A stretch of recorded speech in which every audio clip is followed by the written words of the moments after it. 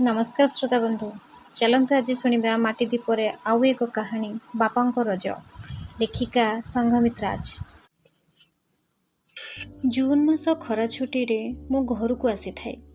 असह्य गुड़ी सही न पारि बो और मु बाहर बसी आंब खाऊ थाऊ। हठात रोषे घर किछि भांगिबार शब्द बाहरिला। बो आ मु जोर रे दौड़िलु।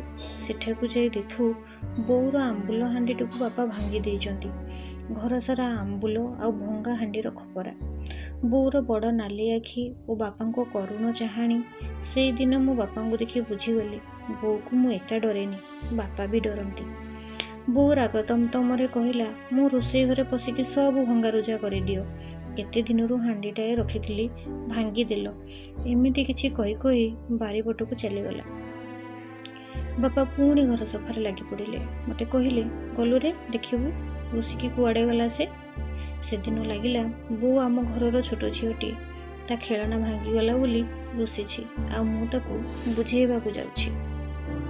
बो पाखकू जाई कहली, बापा कहिसंती तो पई नुआ हांडीटी आनीदेवे आउ रागिना। पुणी पचारिली, बापा आज ऑफिस न जाई कौन पई घर द्वार सब सफा करुचंती? बो टिके शांत स्वर रे उत्तर देला, रज आसुची तो सेथिपाई। चाहू चाहू रज भी आसीगला। बो पई नुआ शाढ़ी अलता चूड़ी एमिति केते कौन किना होइथिला। आंब गछरे दोलीटे भी बंधा होइथिला। रज 4 दिन जाक बोर छुट्टी। से कौनसी काम करेनी कि बापा ताको करई भी दियंतिनी। रजरे पृथ्वी माता रजस्वला हुअंती। से समय रे कौनसी कृषि कार्य करा जाए नाही। पृथ्वी माँ विश्राम नियंती बोली मु सुनिथिली। सेथिपई घरर ठाकुर पूजा, रोषेई घर, पिठापଣା सब बापा करती। बो नुआ लुगा अलता और बापा को लगे देथिबा मेहंदी देखि खाली हसे। बापा को पैसा सरीजिबो बोली से दामी शाढ़ी किनेनी, किंतु घरे आसी कुहे, मते राण पकई जबरदस्ती दामी शाढ़ी किणी देथिले होई न थांता।